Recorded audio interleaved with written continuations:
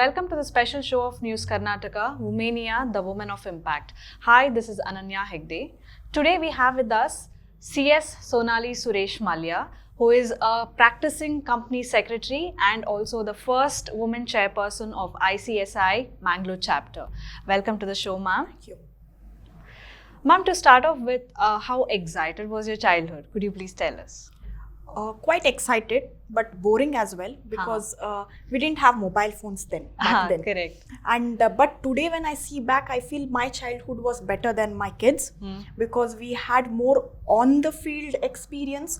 We would be cycling a lot and just doing household chores for which my mother and dad would be paying me some pocket money. And in fact, I made a big my piggy bank was full and I bought my first proper cycle with that entire money of piggy bank.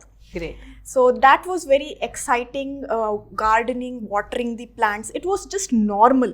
Today what we see, today kids go to the camp and these things are not normal for them. That was normal for us back then. Right. Back then that was boring, but today I feel it was more peaceful. Not much of a competition.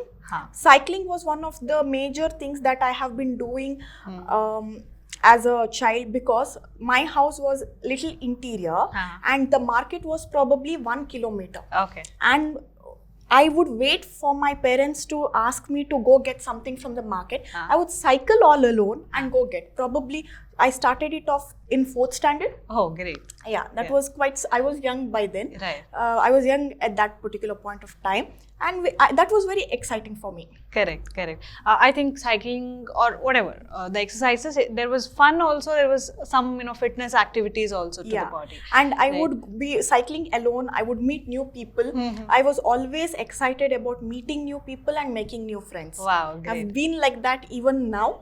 I like exploring new places on my own and getting to know things. So that was most of my childhood and of course school is there. Yes, definitely. Then how was Sonali as a student? You should ask this question to my classmates. Okay. As I'll tell you, I had phases as a student. Right. Firstly, school. School, I was average, but I was more into all the activities. I was among the top 5 or 6. Okay. But never, I always attempted to top then, but I never made it because there were far more brilliant students than me in the class. But I was more into all the activities. Then in PU, I think my time changed. Right. And maths and numbers were always exciting for me. I took up commerce, accountancy. And as soon as the question was put on the board, earlier the lecturer would write it on the board or dictate it. And I would start I had a competition with myself. I didn't have it with anybody. And I will take out my calculator, finish, and I'll just scream out the answer. And everyone from behind would be like, Sonali, just shut up. Because they would have just started or something. Correct. But I did not do it as with an intention. Right. I found it really fun. That was the most exciting part for me, to solve the problems. Right. And I wanted to beat my own record of the time constraint that I would keep it for me. Okay. So as a student, I was into all the activities. You can't call me as a bookworm, but I at the same time, when there were exams, I would be serious about it. At the same time, I was very much active in all the activities of the college or school. Wow, that's great.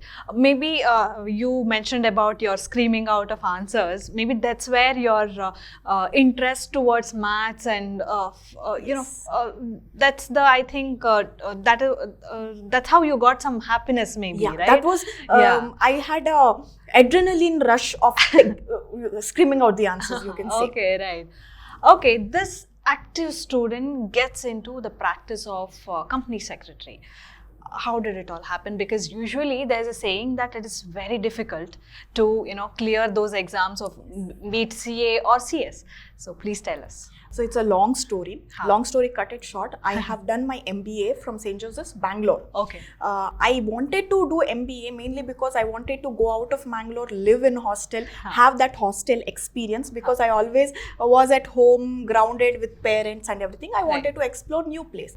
So I went there. Parallelly, I was pursuing pursuing my CS because that time CS had just was the new thing in the market. Right. And it was to be considered very tough, and that excited me a lot because it was tough.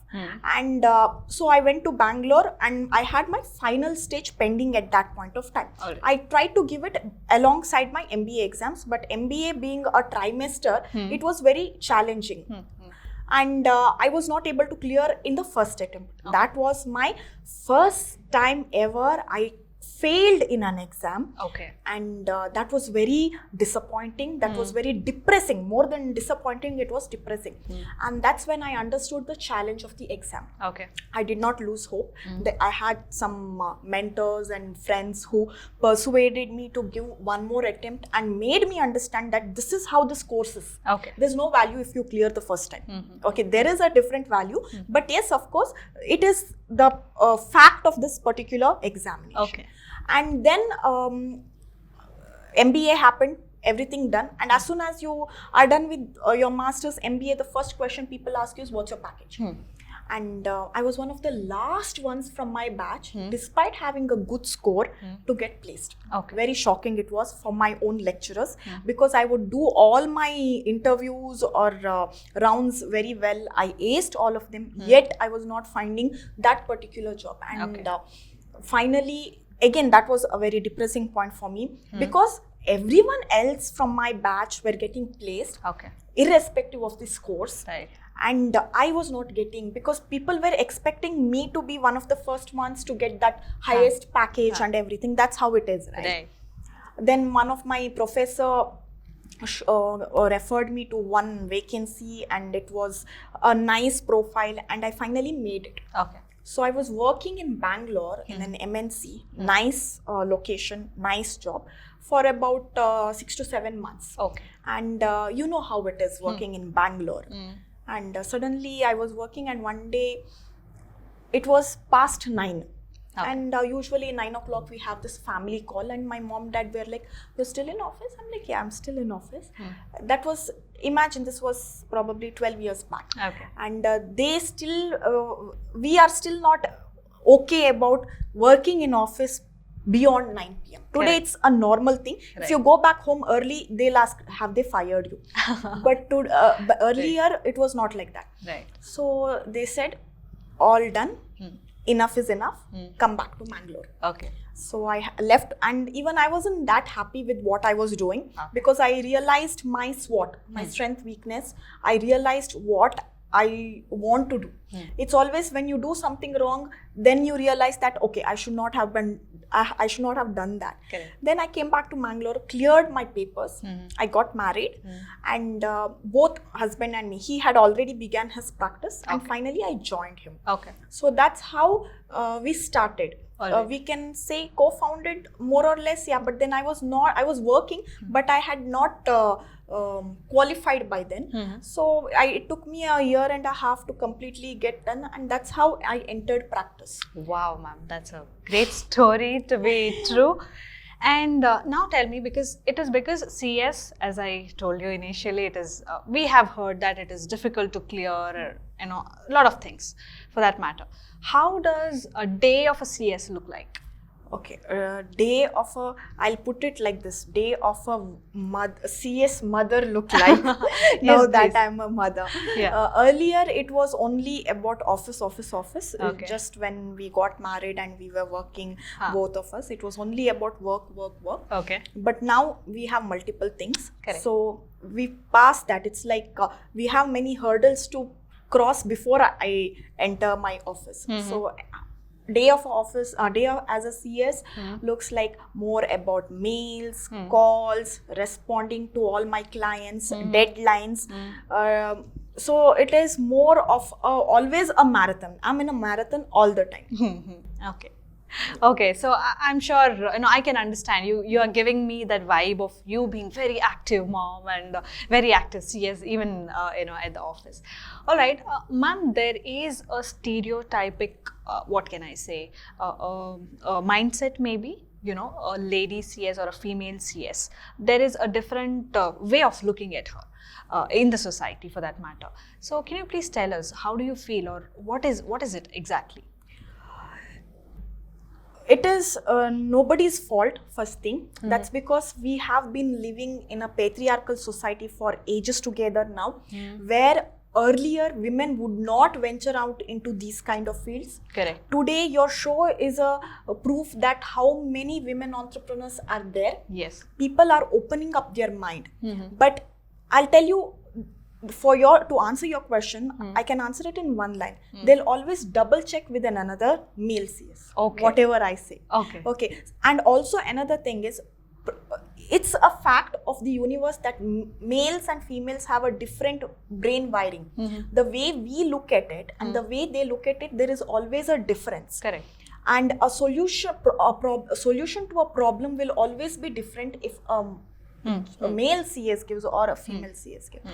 The way you look at it, it is different. Correct. So it's not like you are right and I'm wrong. It's only the way, it's only the point of view that you look at. So that is what I would like to put forward, that there's nothing wrong in what I'm telling, but it's only the way I look at it and the way you look at it. Probably you will look into more on a profit loss point of view. Correct. I'll be looking more into the humane way, or maybe the more compliant way. That would be me. Right. So it's nothing wrong in either of it. Right.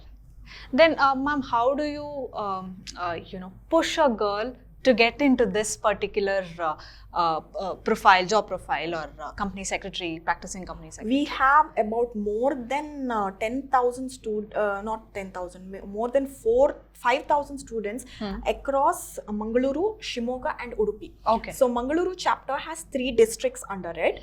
That is Shimoga, Udupi and Mangaluru, and we are having many students enrolled in this particular course, and most of them surprisingly are girls. Okay. Great. So actually there is a stereotypic about this particular job. You know the word secretary. Whenever I say secretary, what is the first thing that comes to your mind? Girl. Who will sit there. Right? When I started my this education, the first thing they'll ask you, is, oh, you know shorthand?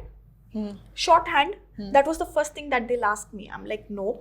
And one person, computer science, that was one of the another answer that they gave me.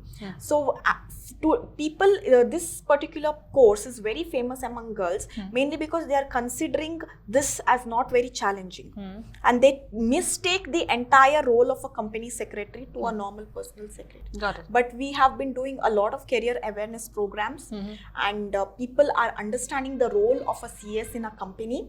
They understand they are a key managerial personnel. They are getting the difference. They are getting the difference. They are understanding the difference. People usually, girls enroll it considering this is not very challenging. But once you get into the field, you understand the heat.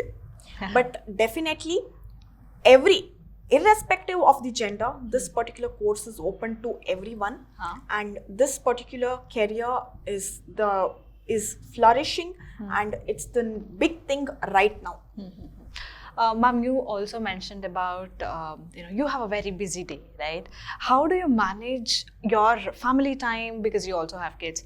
So family time versus your, practicing time. Do you have any support system? Of course, even this chair, even if one leg is not there, you cannot be sitting. Correct. We need to have a support system. I'm grateful to my support system, my husband, mother-in-law, mother, and all the people who have been in the day-to-day life, who have been starting from my auto driver, starting from my maid, office staff, everybody have been a great support. Right. So for me, every minute counts. Correct. Firstly, I look at my day as I categorize what I need to do. Prioritize. And everything I give it a time slot. I make sure that this thing gets done with that time slot. And if it's a long travel, I cut it short. I say completely no, because I have priorities. And when the kids go to school, I'm in office. Once they are back home, I'm with them. So one of the perks of working with in your own office is that you can have this particular of balance where you are working half day. I'm working till 1:30, but if I'm having any projects, so sometimes twice in a year for 2 months I teach. So that time it will be till 3:30 I'll be working. If the situation demands, then I'm open to it. So usually till 2, I can say till 2 I work till in office, try to wind it wind up by 1, Okay. but 1 becomes 1:30, 1:30 becomes 2. So once the kids are back home from school, Right. I'm with them. Okay. So then evening, afternoons, they have their various classes going on. So I am a chauffeur. Pick drop service, free of cost. We do that. Okay. Because even they need me, they need my support. This Correct. is the time where I need to be with them. But of course, when they are going to school, I'm managing, I'm going to office. And evening, they have again their own set of classes where again pick drop. That's when I manage some other things, things. So when I'm dropping them, I'm trying to adjust all other things. Right. And I make sure everything is in 2-kilometer radius of my house so that there is no travel time. Yeah. I hate getting stuck in traffic. That's something that I really loathe about, and that's one of the main reasons for shifting from Bangalore to Mangalore. Okay. Here I can do 10 things as compared to one thing back there. Yes. Of course, things are different there. Things are different here, but definitely Mangalore is growing. Right, ma'am. Yeah. So definitely support. It is kind of a teamwork, right? Yes. Your family needs to be teamed up with you. You need to be at the same time helping them, right? Ma'am, how do you wish to contribute to the society then? See, someone said, leave the world a little better than you found it. Small things do matter.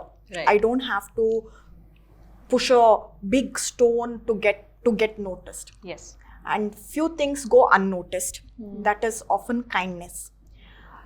That is something I want to contribute to the society by just making someone's day happier.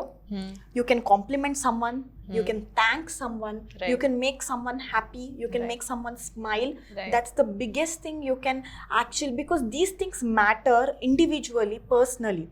A person will never forget how you made them feel. True. Very true. So I have this habit of thanking auto drivers whenever I'm taking the auto. Or I ask today I had this post woman come to my office, and I said, do you want to sit? It was, if it's of course very hot. hot. I said, would you like to have some water? She just said, "Neevu kelidralla saku."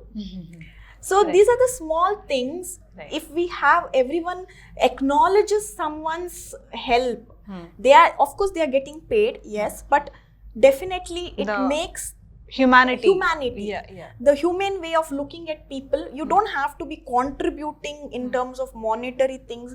Of course, that is there. Your CSR has to be there. That can be taken care by big giants. Right. We, as an individual in the society, what I really feel is making someone's day happier, who is the biggest contribution to the society. Definitely. Because they remember you. Yeah. Definitely. As you mentioned that, how do you make them feel? They'll remember you forever, right? Definitely, ma'am. That's a very good thought, to be, very frank. All right. So now that we have had a little serious conversation, we'll get into rapid fire now. Okay. Okay. So your first question is, if not CS Sonali Mallya, where can we see her? Salam, namaste. Hi, I'm your RJ Sonali. Oh, great. Yeah, I always wanted to do this. Huh. I hope if any of the RJ anchors or owners are seeing this particular show, they can have me. Okay, see, you have a competitor here. I always liked this way where I'm only talking and someone's listening, or someone's calling me and I'm talking to them. I always liked doing that. Okay, that's great. Ma'am, what is that one catchy, advertising tone from your childhood, if you can recall? Which would that be? Thanda matlab Coca-Cola? Okay. Ma'am, I think I don't know if it's a tough or easy question to you. Choose any one. Is it office or is it kitchen? Okay, that's a tough one. Anywhere where I'm alone. Okay. Anywhere. Fine. Yeah, alone. Some space. With space, office or kitchen, both would do. Nothing, I'm not biased towards any. Okay, fine. Ma'am, if you could open a restaurant, what kind of food would you serve? Okay. Mine is a little different one. It would be a sweet shop. Okay. Plus, there would be some specific items like biryani, shawarma, Okay. and some specific 2 or 3, healthy pizzas, healthy wraps, healthy rolls. So it would basically be a sweet shop with some 5 to 6 extra Spices. items. So Okay. not a cuisine as such, but this thing is something very dear to me. Okay, that's great. I think it's a unique concept. Let it come to Mangalore. Okay. Ma'am, what is that one object you misplace always? Phone. I have a nice story about my phone. We had been to Sringeri, and suddenly my son wanted some water or something. I took the phone was in my hand. I had kept the phone on top of the car. I did not realize it. Okay.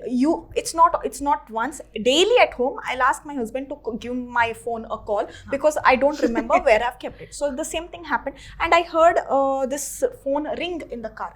And I was like, okay, it's somewhere behind, I guess. We were traveling, right? So it must be in the dicky. And okay, fine.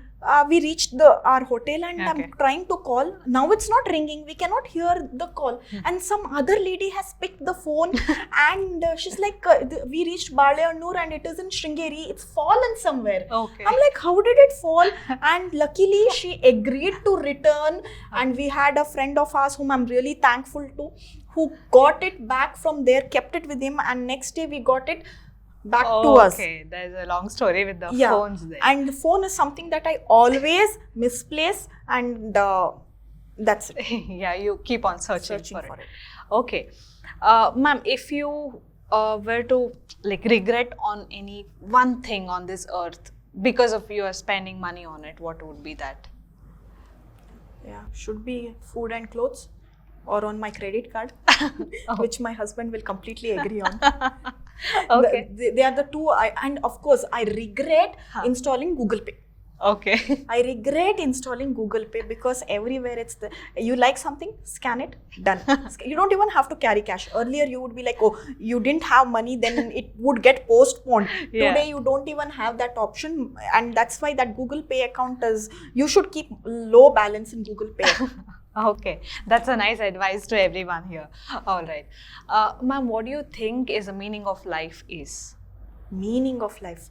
Okay, life is about exploring. And life is about finding new things. Life is not about talking about the past. That is something we need to overcome.